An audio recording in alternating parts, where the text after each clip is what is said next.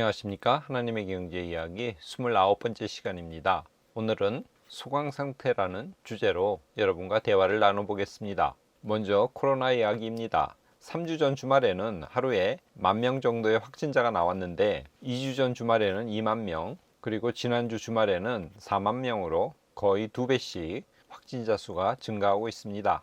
지금 언론에서도 최악의 바이러스 버전 BA.5가 전 세계에서 검출되고 있다고 보도되고 있습니다. 정부는 18일부터 모든 50대에 4차 접종을 실시하기로 했습니다. 그러나 아직 거리두기는 하지 않기로 발표했습니다. 중국에서도 코로나가 확산되고 있는 것 같습니다. 상하이 또다시 대규모 코로나 검사를 실시한다는 발표가 나왔습니다. 부동산 이야기입니다. 요즘 집이 안 팔린다고 합니다. 매수 심리가 지금 극도로 위축되어 있습니다. 이자가 빠른 속도로 높아지고 있죠. 그래서 많은 빚을 내서 산 사람들이 힘들어하고 있습니다. 각국의 중앙은행이 금리를 크게 올리자 서울의 주요 지역에서도 부동산 가격이 떨어지고 있습니다. 우크라이나 이야기입니다. 러시아와 터키와 우크라이나 그리고 유엔 대표들이 현지 시간으로 13일 날 우크라이나산 곡물을 수출하는 안전 통로를 설치하기로 합의했습니다. 지난 주 중에 러시아군이 미사일 공세를 재개하면서 사자 협상이 큰 성과 없이 마무리되었습니다. 혹시 휴전이나 종전하지 않을까 했던 가능성이 희박해진 상태입니다. 미국 시간으로 13일 날 노동부가 6월 소비자 물가지수 CPI를 발표했습니다. 시장 예상은 8.8%였는데 9.1%로 지표가 나왔습니다. 물가 인플레이율이 지금 꺾이지 않고 계속 올라가고 있다는 뜻입니다. 이에 애널리스트들 그리고 투자가들의 심리가 얼어붙었습니다. 이날 주식도 많이 떨어졌습니다. 지금 우크라이나 전쟁 그리고 각국의 금리 인상, 긴축 정책 등등으로 경기 침체 우려가 전 세계적으로 확산되고 있습니다. 수출로 먹고 사는 한국은 이미 비상 상태입니다. 침체 예상 때문에 그런지 지난 주 중에 한때 국제 유가가 배럴당 94달러까지 떨어졌습니다. 유가가 떨어지는 건 좋은데 침체가 오기 때문에 떨어지는 것이라면 별로 좋은 현상은 아니죠. 기뻐할 수 없는 현상입니다.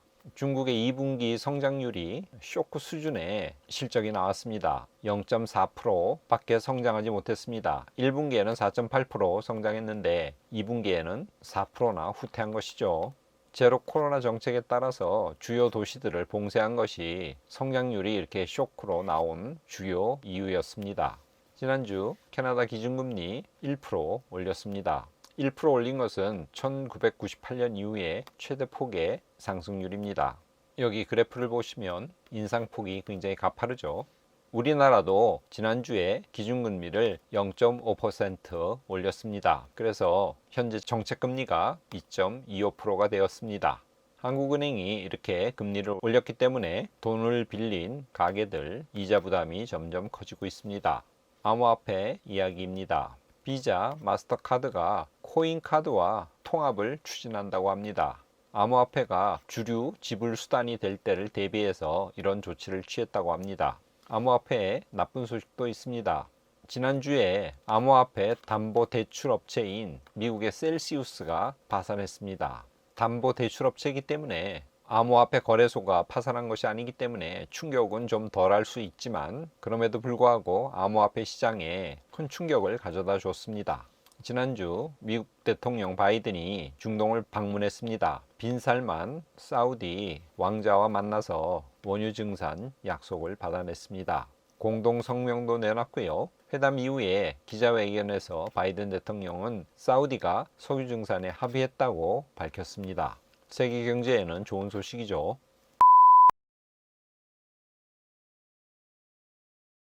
지난주 S&P 500 주간 차트입니다. 한 주 동안 주 초부터 빠지다가 주 후반부에는 올랐습니다. 그래서 0.46% 하락한 상태로 거래를 마쳤습니다. 연초부터 보면 19.46% 빠진 상태입니다. 나스닥 차트 S&P 500과 비슷하게 주 초부터는 좀 빠지다가 주 후반부터 올랐습니다. 그래서 0.63% 하락한 상태로 지난주 거래를 마쳤습니다. 연초부터 보면 약 28% 하락한 상태입니다. 유로스톡스 50 마찬가지로 주 초부터 쭉 빠지다가 주 후반부에 올랐습니다. 그래서 0.22% 하락한 상태로 거래를 마쳤습니다. 연초부터 보면 약 20% 빠진 상태입니다. 상해 종합 주가 지수 지난주에 3% 정도 하락했습니다. 연초 대비로 보면 11% 하락한 상태입니다. 4월 말까지 쭉 빠지다가 4월 말부터 상승했다가 지난주에 좀 많이 빠졌죠. 코스피 차트 주간 변동입니다. 미국과 비슷하게 주초부터 쭉 빠지다가 금요일 날 그래도 꽤 많이 올랐죠. 그래서 1.24% 하락한 상태로 지난주 거래를 마쳤습니다. 연초 대비로 보면 22% 하락한 상태입니다. 비트코인 주간 차트입니다. 암호화폐 담보대출 업체 셀시우스의 파산에도 불구하고 지난주 비트코인 3% 정도 올랐습니다. 연초 대비로 보면 약 57% 지금 빠진 상태입니다. 미 2년물 국채금리 6개월 차트입니다.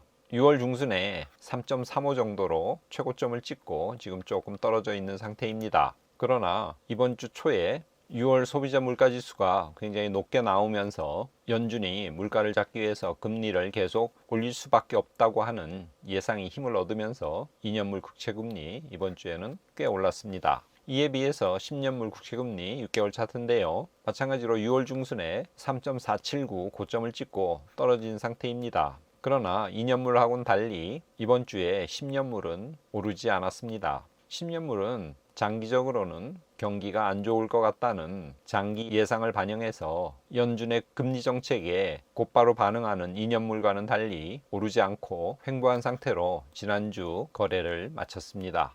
금 가격 주간 차트입니다. 지난주에도 좀 더 떨어졌죠. 그래서 온스당 약 1,700불 수준을 유지하고 있습니다. 텍사스 원유 가격 이제 100불 이하로 내려갔습니다. 배럴당 97.6달러 수준입니다. 미국 달러 인덱스 6개월 차트입니다. 전쟁 때문에 가스나 원유 공급이 끊길 위험에 처하면서 유럽 경제가 지금 굉장히 안 좋죠.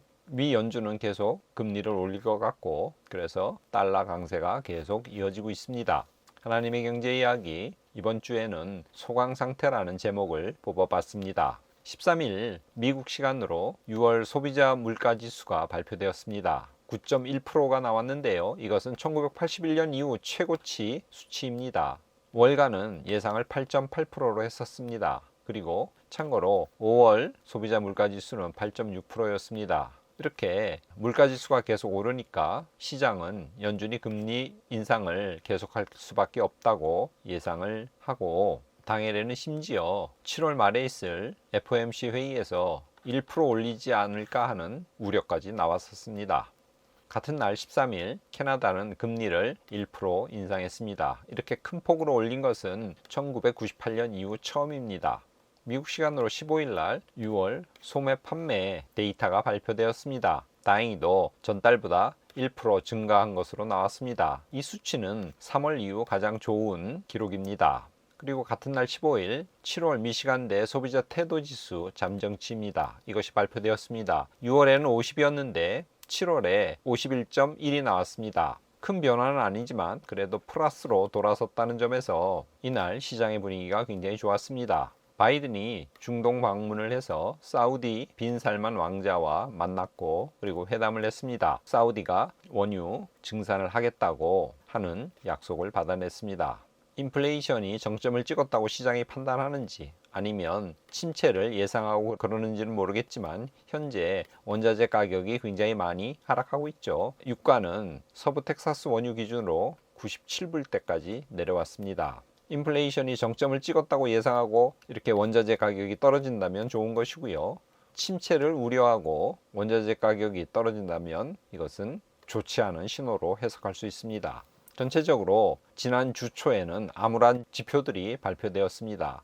그리고 미국 은행 중에서 가장 대표적인 JP 모건의 실적도 굉장히 안 좋았습니다. 그래서 시장은 지난주 초중반까지 약간은 부정적인 분위기가 지배했었습니다. 그러나 주 후반으로 가면서 긍정적인 지표, 예를 들면 6월 소매 판매가 증가했다든가 미시간대 소비자 태도 지수가 전달보다 조금 높아졌다든가 하는 지표와 은행 중에 시티그룹 실적이 생각보다는 좋은 것으로 나왔습니다. 그러면서 분위기가 반전돼서 주 초에 마이너스 상태에서 플러스 상태로 돌아서면서 전체적으로 주식시장은 소강 상태로 지난주 거래를 마쳤습니다.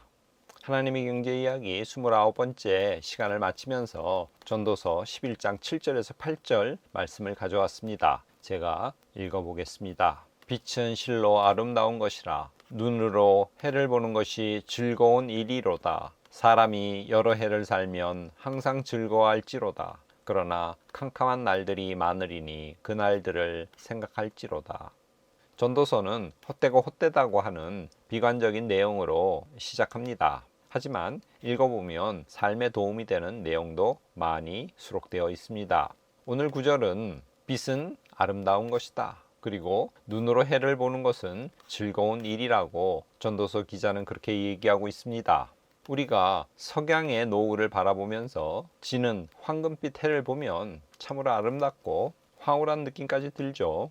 대다수의 사람들은 아둥바둥 하루하루를 보냅니다. 그런데 전도서 기자는 우리가 여러 해를 살 텐데 아름다운 해라든가 아니면 삶의 소소한 기쁨들이 많다는 거죠. 이런 것들을 놓치지 말고 즐거워하라고, 항상 즐거워할지로다 라고 권면하고 있습니다. 물론 즐거움이 있으면 슬픔도 있죠. 그래서 그러나 캄캄한 날들이 많으리니 라고 전도서 기자는 이야기합니다. 인생을 살면 즐거운 일도 있고 슬픔도 있다는 거죠.